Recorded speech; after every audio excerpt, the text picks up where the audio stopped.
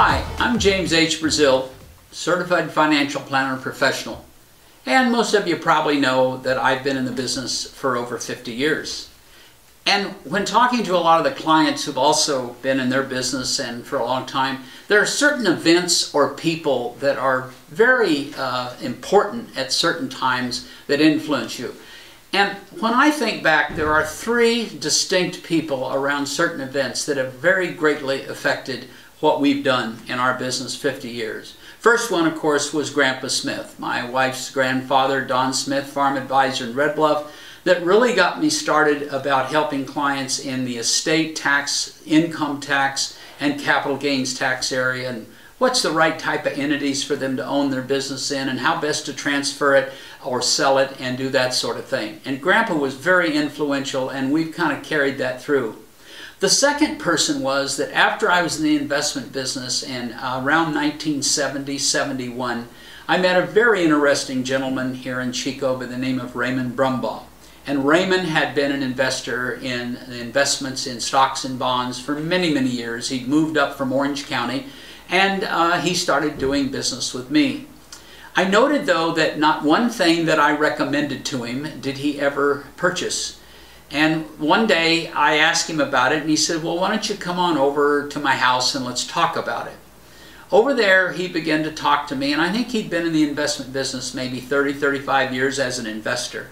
He pointed out to me that he had very low confidence of investments being recommended by firms.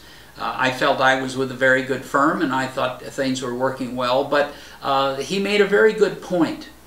What was even more important was in the drop market of 73-74, Raymond started buying things at the bottom that frankly we could not recommend. And I'll give you an example. He was purchasing some bonds on railroads that had stopped paying their interest. It was fascinating to me because he'd done a great deal of research on these investments.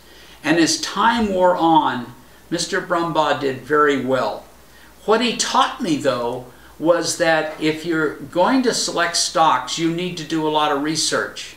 And my thing was, I felt that mutual funds were a much better thing for me because the managers of the mutual funds, they did the selecting of the stocks, and my job was to pick the manager.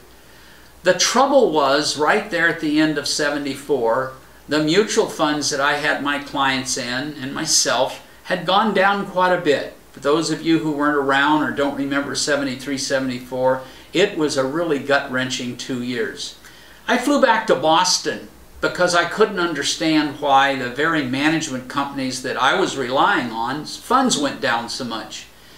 And about the third, I spent a week back there, and about the third day, just on an almost casual, a lady that I was waiting for a bond manager to talk to was going through the Wall Street Journal, and she was taking down the earnings of certain stocks they were following. This is long before you could get stuff instantly when they report earnings. Everything you learned was in the Wall Street Journal. And I made a mention about one of the stocks that they were holding that had gone down a lot, and she says, yes, they can't sell it. And of course my ears perked up. Why can't they sell it? She says, well, they have such a huge gain in it that if they sold it in the down market, they would create a capital gains for their big clients who would be very unhappy.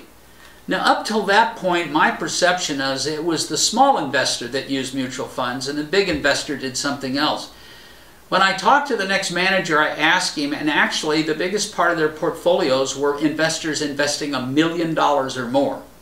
So I went back to the two other companies I'd talked to before and went back and talked to their managers, and sure enough, the same thing. They would hold stocks down in a market because they wouldn't sell them and create gains for big investors.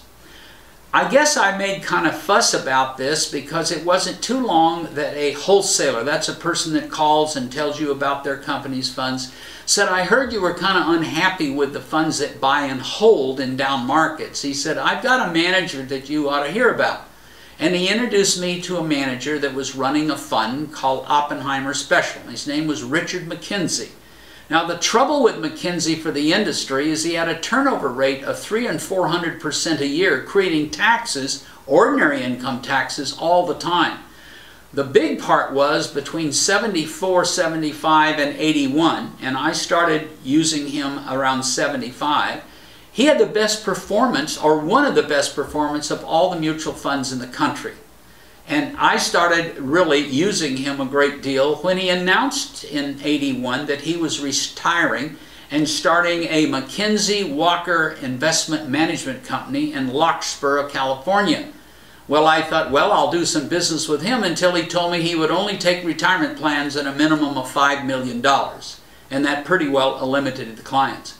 So I asked him what is asked in the business world many times. I said, would this work on mutual funds? Because he did it on individual stocks. He gave me the classic answer that we always hear, hey, I don't know, but I'll get back to you. And in 50 years, I've had a lot of, I'm not sure, I'll get back to you, or I'll let you know later, and never hear. Surprisingly, just a few weeks later, I get a phone call. And his first thing he said once he got me, he says, it works better. And of course, now I'd forgotten exactly what he was talking about, but he explained. He said his system worked better in mutual funds. Over the next year, he and one of his assistants sent me materials of which I started tracking the investments I was in based on this McKinsey system that he used. Now, I started using it about 1985-86 for my clients. And when my son joined me in 1991, we actually very much updated it. But today, we're still using the primary methodology that Richard McKinsey created way back in the 70s on a way to manage a portfolio of investments.